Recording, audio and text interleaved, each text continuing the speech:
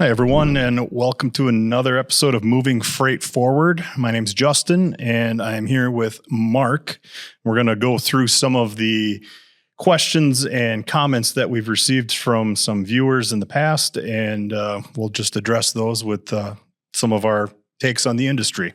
Again, my name's Justin. I work at RGL Logistics as an operations manager. Been in the industry for just over 10 years, and Mark, why don't you go ahead and let us give us a little description of your background? Sure. Thanks, Justin. So Mark Herscher, I've been in the industry, transportation industry, for about 27 years now. And the first 10 of that was on the asset side of a local company here in Green Bay. And the last several years have now been in the freight brokerage business.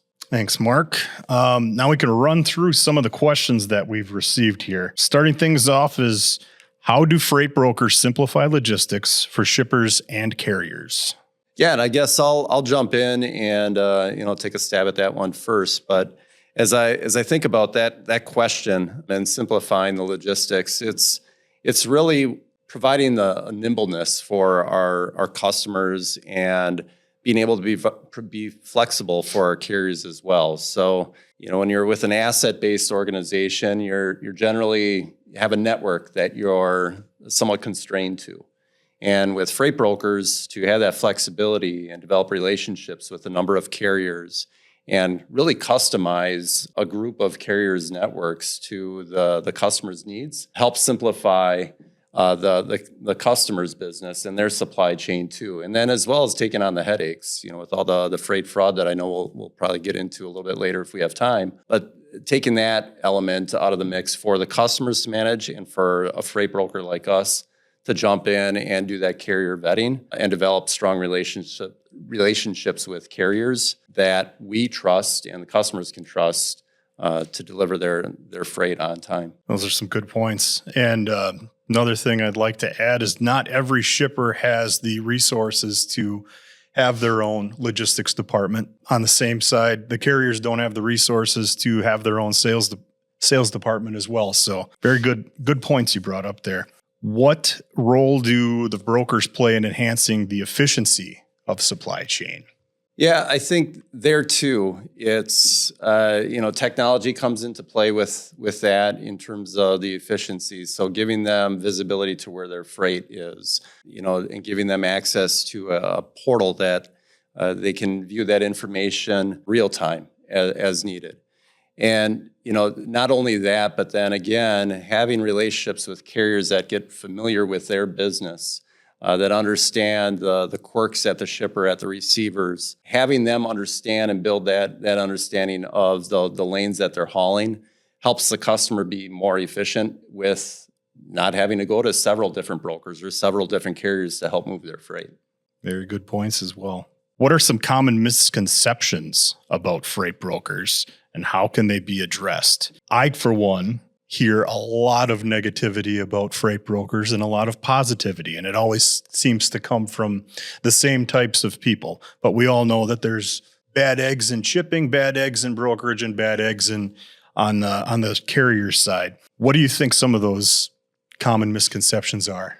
A big one that it's been in the industry for a long time is the trust factor, right? And there's so many brokers out there, and when you're working with asset directs, there's that trust and confidence that they know where their trucks are. They have control over their drivers. As a freight broker, you don't have control, if you will, over the driver and what's happening to the equipment.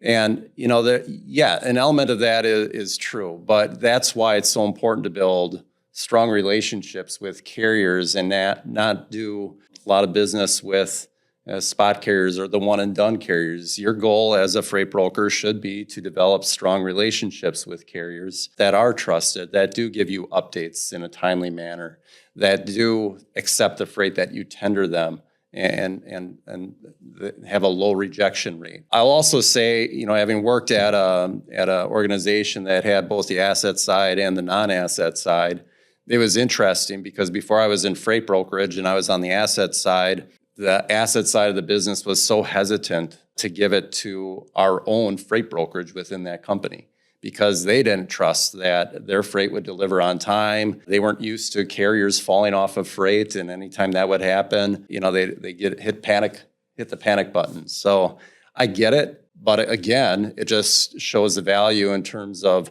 what we look at as a freight brokerage, and what we value is true relationships with carriers and customers that value trust and in each other and want to strengthen that relationship, not just today, tomorrow, but through the years ahead. That was a very good answer. I probably rambled a lot. I'm sorry. In a good way, though. You hit a lot of good points there. So now I'm going to shift over to creating competitive advantages within the brokerage. What strategies can a freight broker use to differentiate themselves from a competitive market? Because we know it is a very, very competitive, cutthroat market in the freight brokerage industry and asset side as well. So to build a competitive advantage, I think that's an area that a lot of it for some it's challenging to think, okay, well, what makes me different? You could always say, well, our customer service. We deliver our freight on time and pick up on time.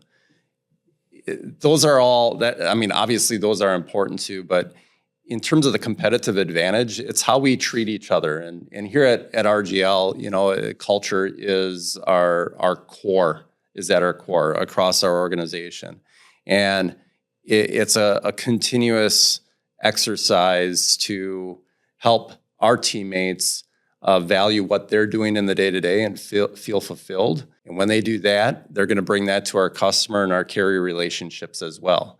And again, I don't want to beat this one to death, but relationships internally and externally as our core focus, I think helps us and anybody else that chooses to focus on that area have a competitive advantage over those brokers that just view their business as very transactional. And when you run a business like that, and it can work for some, but it gets sensed out pretty quickly by your customers and carriers that the trust factor is a little bit more reduced with that. So yeah, that's good stuff. And I think another point I'd like to add on to that is I don't think a freight broker necessarily wants to show themselves as a jack of all trades, finding your niche.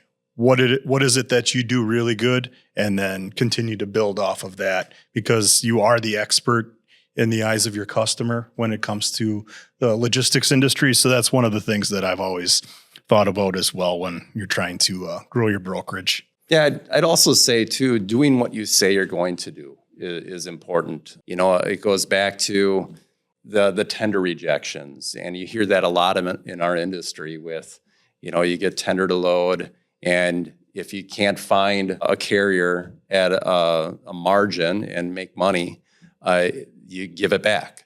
And I think that's a dangerous game to play, because you have to go in with a mindset, and we feel strongly here too, is you really should do your darndest to obviously make money and service the account. There are going to be times where you're going to have to lose money on a load to service the freight for the health of the relationship with the customer. And you want to be fair with the carrier too and be competitive, because if you try to lowball your rates with them, what is that saying about the relationship? Well, it's saying that all we value is the mighty dollar, and that's not how we run our organization. Yep. Deliver the freight and deliver on your word. Yep. For sure. Oh, perfect. Well, as long as we're on the topic, why is it important for freight brokers to leverage niche industries? I think it's honing in on what you do well. And you mentioned it before, trying to be a jack of all trades, right? And master of none. I think it's important that once you find your niche, get really good at that, and get really, really good at that first before you start expanding into other areas that you might not have a lot of experience and exposure to. And, moving a dry van full truckload as an example, and then shifting gears and make LTL as your strategy without having any experience or any background in that, or refrigerated. That can get pretty dicey. Then all of a sudden you don't know what you're moving. You're not asking the right questions. That's why it's so important that once you build your business around what you do well first, and then talk through, okay, how can we expand either within that in our world, a lot of it is around mode, or how do we get our feet wet into different modes or different markets? And I know we're going through that right now, with modes and markets. And I think it's exciting. It's exciting because we've gotten ourselves to that point where, okay, in order for us to grow, we've got to step out of our comfort zone, but it's got to be calculated risks that we're taking and have healthy discussions around how we're going to approach that strategy.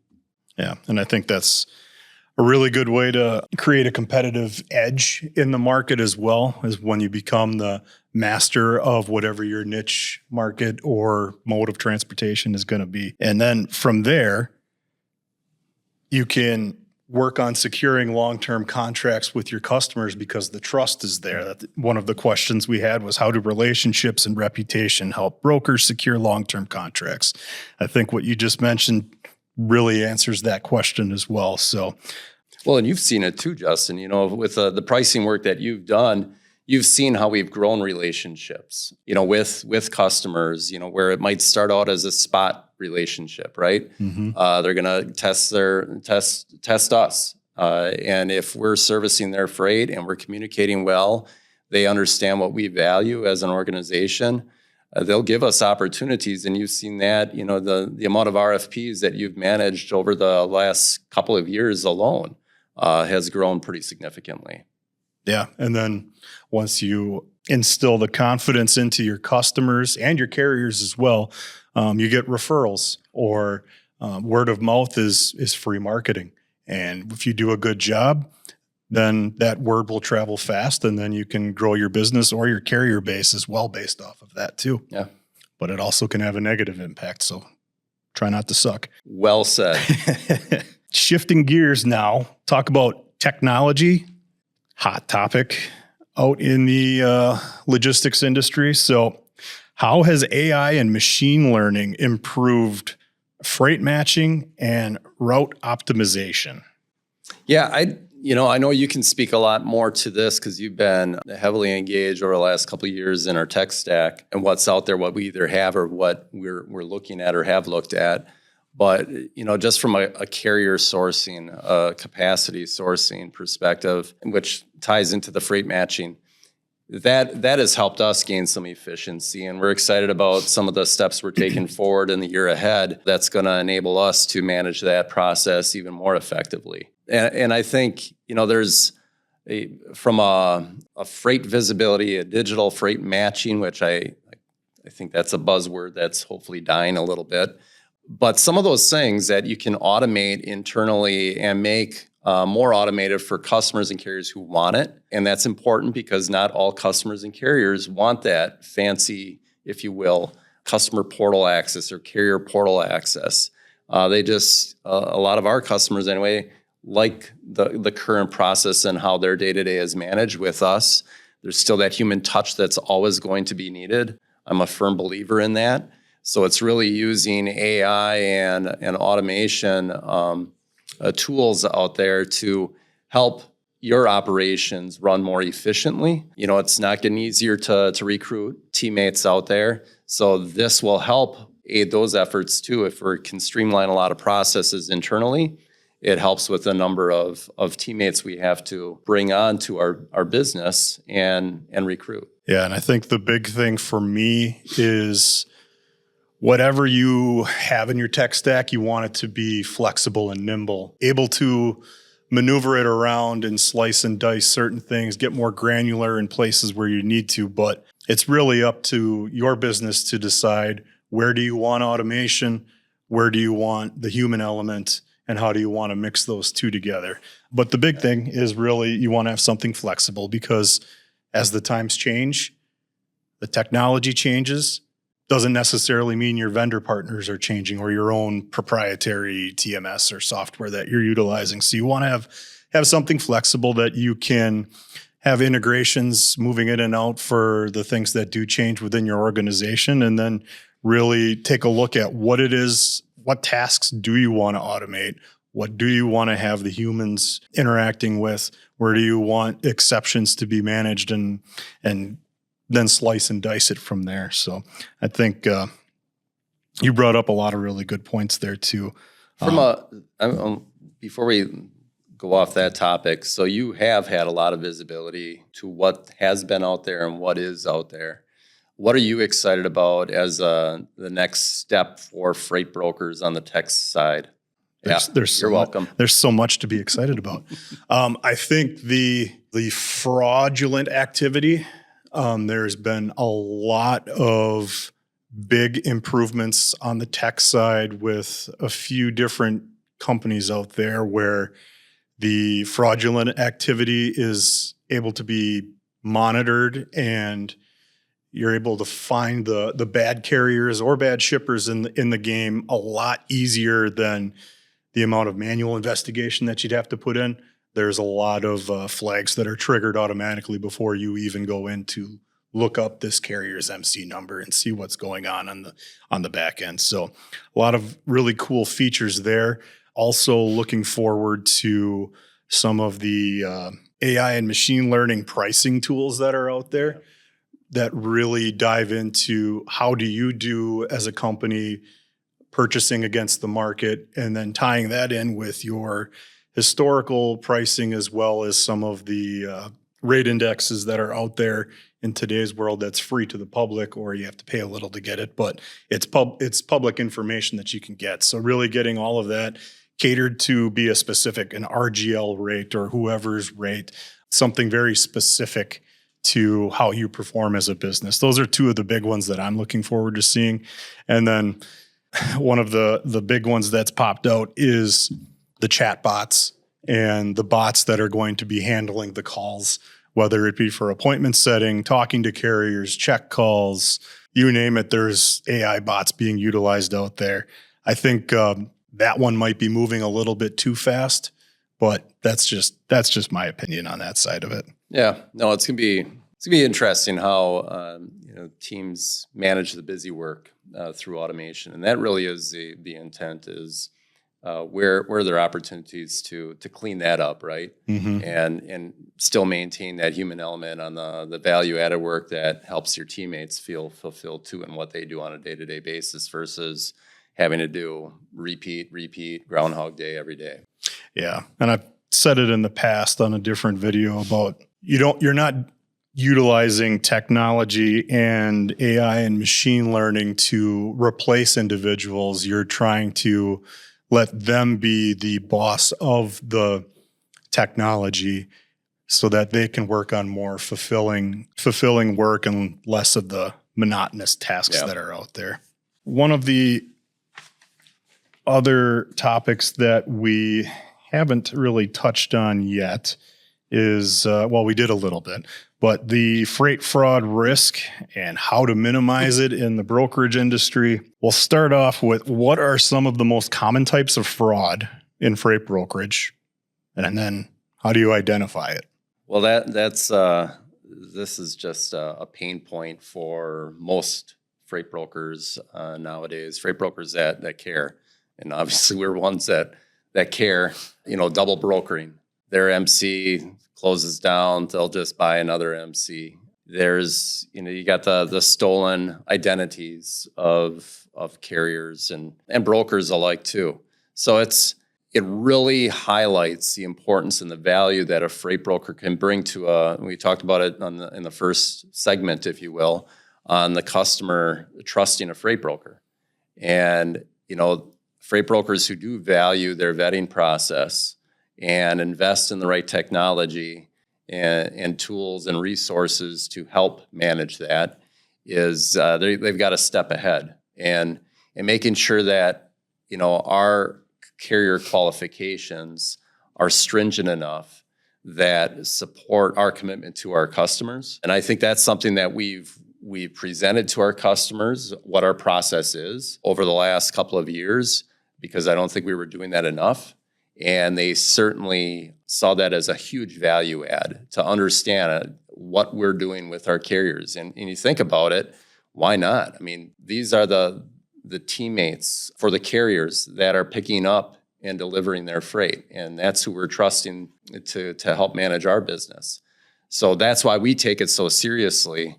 And, I'm probably jumping around with, a couple of the other questions that are coming up in this segment, but we're so passionate about that because safety is our number one core value. And if you're doing business with somebody you don't know you're doing business with, and if you're okay with double brokering your freight, you can set yourself to go out of business in a hurry and worse, potentially harm or kill somebody out there on the road. So, that's something we're going to continue to invest in. And we strongly believe too that there's got to be, coming right off our technology discussion, still needs to be human intervention before we say, yep, let's go ahead and move a load with our carrier or with a carrier for the first time. You really want to know who's hauling your freight because, like you said, they are an extension of your brokerage, whether it be RGL or another brokerage. The carriers are an extension of you. Really do need to be vetted. It's not something people want to do, but you have to change with the times. The fraud upticked so much in the last few years that it's really forcing everyone's hands into playing that and getting more strict in that. Like you said, presenting it to the customers, I've seen an uptick in that and a very positive response from a lot of the customers. So, yeah, and internally, it's painful, and we turn down a lot of carriers in the day-to-day, and it's frustrating. I know for teammates who get a carrier who's interested in a load, they negotiate a fair rate, and it goes through the qualification process, and we have to turn that carrier down for one reason or another. It's the right decision, but it's frustrating too in the day-to-day management. So that's one of the areas, again, as we talk about streamlining process and efficiency within the team, that's an area that we're going to continue to look at, but we're not going to compromise the safety. And actually, I talked to one of our core carriers a few weeks ago, and they mentioned the same thing on their side, trying to get set up with reputable brokers because there's a lot of fraudulent activity out there, and that's where the relationships really come into play. You want to work with people that you trust and grow your businesses together with each other. So now we'll move on to how do you build strong carrier relationships in freight brokerage? That's, you have to have the freight. So that's first and foremost. But you obviously have to have the freight. I think lane density too helps, because, it helps you build, like I mentioned before, reducing the amount of one and done carriers you're doing business with. That really helps establish a value add for the carrier when you've got lane density. They, even before that, let me back up, because the biggest one is making sure that as you build out a relationship, your values align.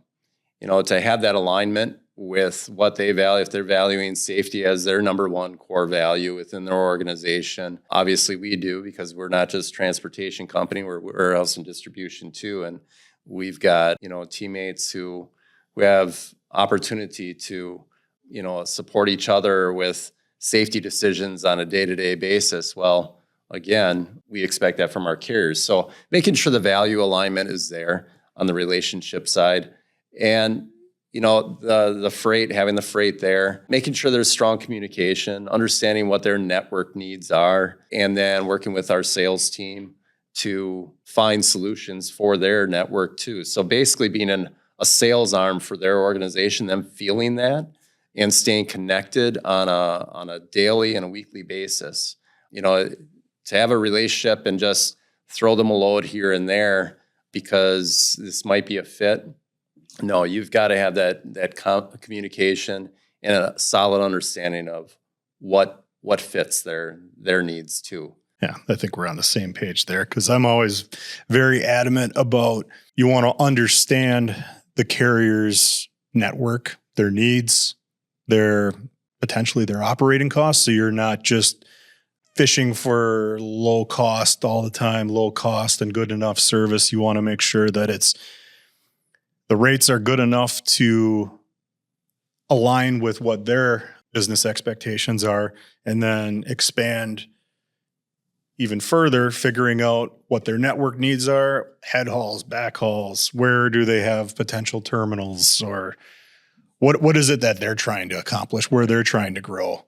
Similar to how our sales team would do when they're looking for shippers, trying to find freight. You want to have the carrier sales team operate in a similar fashion. And like you said, following up on daily, weekly cadences and making sure the values mesh and then that the service is there too. Yeah, you mentioned sales, finding those year-round opportunities too, that that they can trust that we're making sure we're following up with the customers, make sure that freight is there. We talked about tender rejections. Well, we want to be fair to the carriers too. If we commit to them that we're going to give them 100 loads a year because that's what we're awarded, say on a lane, and they can manage that volume, we want to do our best to work with the customers to make sure that we get that 100 loads per year and it goes to them versus being farmed out to the spot market. Yeah, and I think that really, everything that we mentioned really ties into this other question here. Why is it important to treat carriers as partners rather than vendors?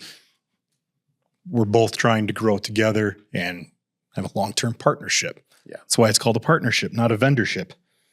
What kind of performance metrics do brokers typically use to ensure quality carriers? On-time pickup and delivery service, of course.